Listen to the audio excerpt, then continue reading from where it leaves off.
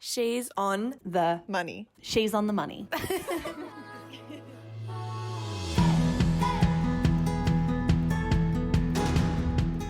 My name's Natasha Bamblett. I'm a proud First Nations woman and I'm here to acknowledge country. Hello, beautiful friends. We gather on the lands of the Aboriginal people. We thank, acknowledge and respect the Aboriginal people's land that we're gathering on today. Take pleasure in all the land and respect all that you see. She's on the Money podcast acknowledges culture, country, community and connections, bringing you the tools, knowledge and resources for you to thrive. So, juicy DM. I'm excited for this one, but I'm also like, not excited in the same way. Oh my God, I'm so happy to do it. I'm like, okay, we actually need to talk about this because I feel like it's come up a few times in our community recently, whether it's something that you've discovered about your partner or it's something that you've known about, but it's kind of starting to blow out of proportion and impact your life. So here is our DM. Mm-hmm. Hi, She's on the Money. I have a money and life dilemma. I recently found out my husband has been fired from work due to a gambling addiction. This is not the first time he's had this problem and we are trying to get him the help he needs. However, I'm wanting to protect myself and our house so that he is unable to use it as collateral in the future. What would be the best way to do this? And I'm also wanting to know what the community would do in this situation. I'm so curious about It breaks my heart. Yeah, me too. And I'm curious about how that it must be quite significant if he lost his job, because I'm like, how does that because I for example, I'll place a multi on sports bet, but it's like nothing that any employee would ever know about. So I have to have bled into his. No. I've heard of it before where people are gambling addiction isn't something that you're placing a little multi at lunchtime. No, yeah. That's that's just something for you. They are tracking the horses or the dogs or something all day, every day while they're at work, and they're placing bets on work computers and they're not doing their hours because they're distracted by something. So it wouldn't have been, and this is just me extrapolating it out. Maybe they're gambling on work stuff. Who knows? There could be 6 million things, but it's very unlikely that your workplace found out you had a sports bet account and goes, oh, that's not in line with our morals. Yes, that's got nothing to do with it. It's more about that would usually impact your role. Okay, that makes so much more sense. What if you're sneaking off to the bathroom every 5 minutes to place a multi? Do you know what I mean? So they're not firing you because you've got a gambling addiction. They're firing you because you've got an inability to do your job. Oh my God, totally. Okay, but the underlying reason would be cool, it's your gambling addiction. That's what you're doing in the bathroom. Yeah, yeah, that's so fair. That is a really, really tricky one, and it sounds like you're very supportive, and that is really, really nice because addictions, man, it is so it doesn't make someone a bad person, and it doesn't I've got a vaping addiction, and if someone says you can't vape, then all I can think about is vaping, but I don't think about it before then, just when someone says you can't do it or something like that. So it's your mind just manifests things in so many different ways, and you become addicted to things just for no reason. I'm sure he didn't go into this thinking he would be at this point, but it sometimes takes over, and so it's really good that you're supporting him and he's trying to get the help he needs. Yeah, I think it's really lovely because a lot of people would be like, "Get out of my house! I don't want to have anything to do with you." I know, and I think that if it's to the point where it's affecting your, it feels very black and white. If someone gambled away your money or your car or your shared things, it's the black and white version of that is you're awful. Why would you do that? And then the gray area is you are really you probably aren't a bad person. But imagine being so, you can't see anything else. It kind of takes that part of you away, the part of you that's I would literally never gamble away my partner's car. It takes that away from you. It's a beast. It's a monster. It's uncontrollable. So an addiction is an addiction, So I'm I really feel for this person and the family and our listener. So it's really good that you're getting support. Unfortunately, it does get to a point though where it's you love someone so much, but you can't be around it if there's not any progress. I really don't have any useful advice other than support up until a point, and never shame anyone for what they're going through. But if it gets to a point where it's really negatively impacting you, then I think you should maybe think about removing yourself from the situation. And as heartbreaking as that is, but it's not financial anything, that doesn't really help. But I think that's But my addiction only, is really serious and it's really heartbreaking. Yeah. And sometimes you can try all you might and it just not be successful. And it blows my mind. It blows my mind how much it can impact families, and it literally breaks my heart. Jess, what would you do? It's so hard. I want to send lots of love to our listener and to her partner because exactly as you said, Beck, it is such a monster all of its own. And, you know, the flow on impacts beyond financial. I think gambling is such a slippery slope. We did a really good episode on gambling quite a few years ago now that we'll link in the Still show relevant. notes. Still relevant, along with some gamblers' help resources for anyone who's got someone that they know, or if you yourself maybe need a little bit of help. There's absolutely no shame in that. We'll link to some things that you might find useful. No. Like, and I guess to contextualize it, you said before, like you've got a vaping addiction. I have an addictive personality and I am just very lucky, I think, to have always known that I've had an addictive personality. And so therefore I've had to say no to a lot of things in life because I'm like, no, I won't try that because I kind of know that that's a slippery slope for me. Like I know a lot more about my personality than, you know, a lot of people do. And no, I didn't try smoking when I was younger because I kind of knew that it would become a thing. Like I was just like, I know the peer pressure is going to get to me, but no, I'm going to say no here because like I just kind of knew that would become an issue for me. And like I think in every other, and addiction can show up obviously very negatively, but I think it can also have a very good impact on your life if you are the type of person like me where you've got an addictive personality. Good luck stopping me from running my businesses. Good luck stopping me when I have an idea or want to do something. Ask poor Jess. I'll be like, I want to do this. And Jess will be like, no, we're not doing that. And I'll be like, weird, because I'm going to do it anyway. Yeah. Like it's not something that you're inherently a bad person. It's just something that you really struggle with. And like there's so much research around it. I mean, Roy Morgan did some research that looked at the rate of online sports betting in ages 18 to 24, so still just babies. And it showed that already out of those people, likely 1 in 4 would develop a serious gambling problem on a sports betting app. Yeah. It's very common. Yeah. So to answer the question about protecting your assets, I would say you need to seek legal advice because I think it'd be quite complicated when you're married because that de facto element comes in where even if you were to move the asset out of his name. So my best guess would be you probably need to take him off the title for the property, but not an expert. Definitely speak to someone who is.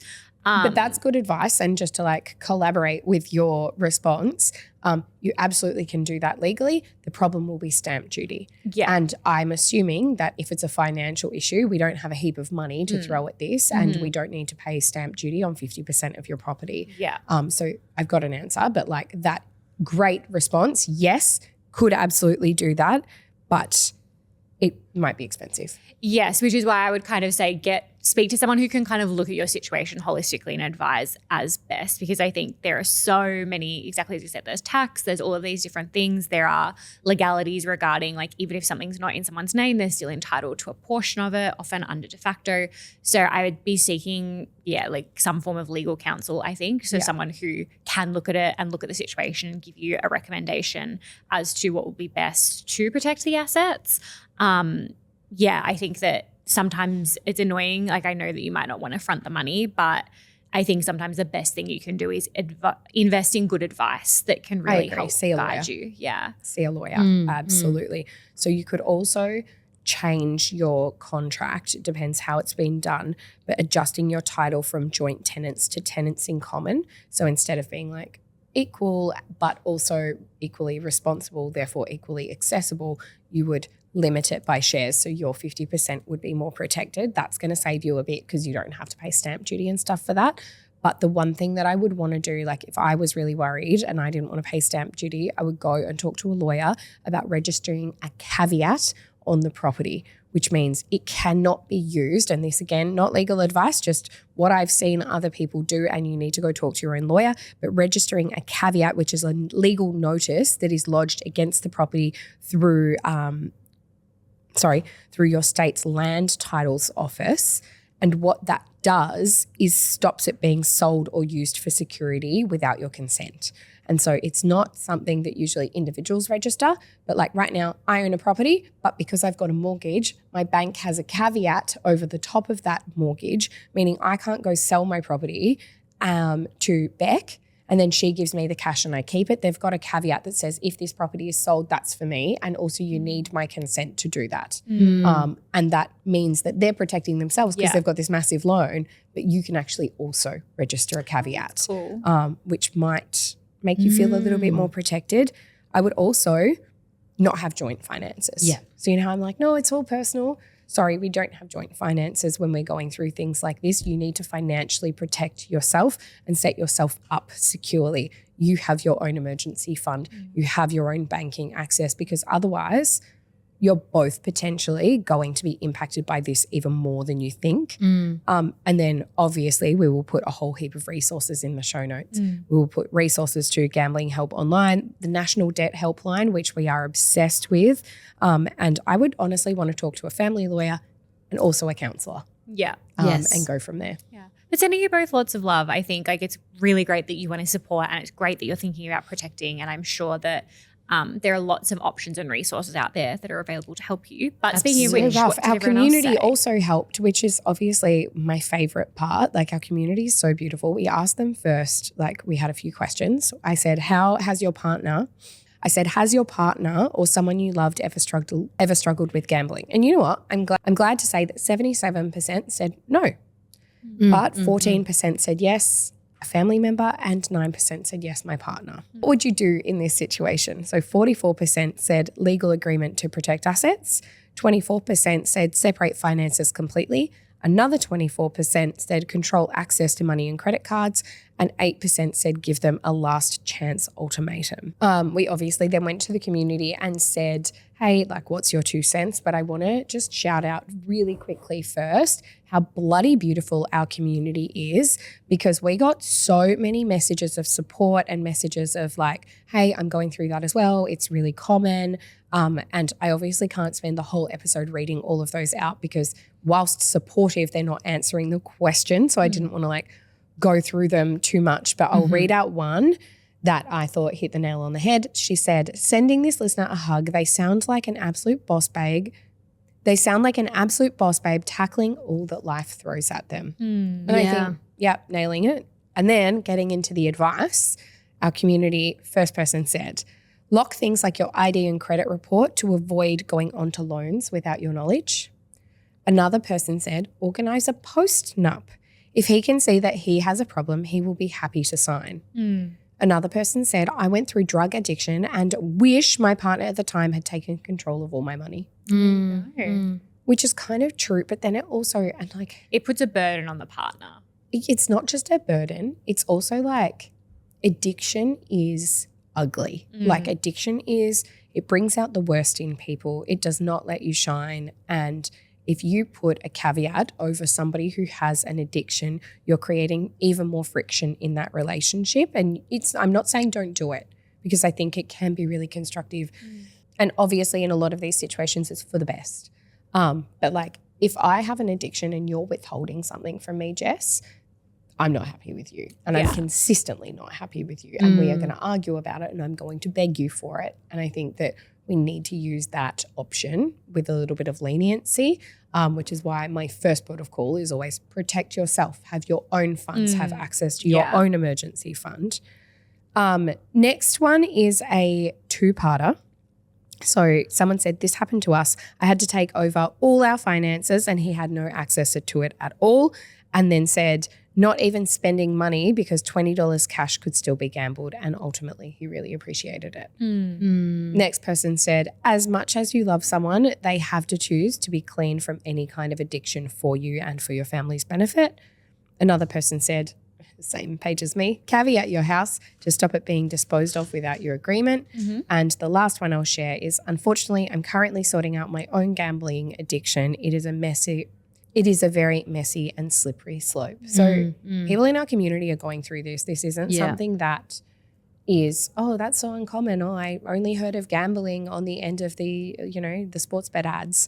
It happens a lot and it's heartbreaking, but like also good on you for tackling it. Yeah, fully. It takes a lot of inner strength. Yeah, the balls to Absolutely. be like, I'm actually going through this right now and it's a bloody slippery slope. Yes, Absolutely. queen. And the you- isolation. Oh, sorry, Jess. No, you go. Well, I was just going to say the isolation you might feel if you are in this and you're like, you've got an addiction, but then these helplines and stuff exist because there are so many. Yeah. You're not alone. Just really quickly, the other thing is that I've been listening to Alan Carr's Easy Way, which is about vaping and smoking, but it's a really good way to like make you see what you're doing in a completely different light, because like telling you that it's bad for XYZ reason doesn't actually do anything. It's like, yeah, I know that, you know, but it's like when you're like, actually, I'm going to keep doing it. No, it's okay. I'm going to keep doing it, but I'm going to start slowly seeing it differently. I don't know, maybe that'll be helpful, but just like kind of maybe listen to that, which is absolutely not about gambling. Maybe they have a gambling version, but just like change the word vaping or smoking to gambling while you listen. And maybe that'll be helpful. I don't know. But yeah, all my love. And I think that is a perfect place to leave it, my friends. So we will see you bright and early on Monday for a money diary, but have the best weekend. Bye, guys. Bye.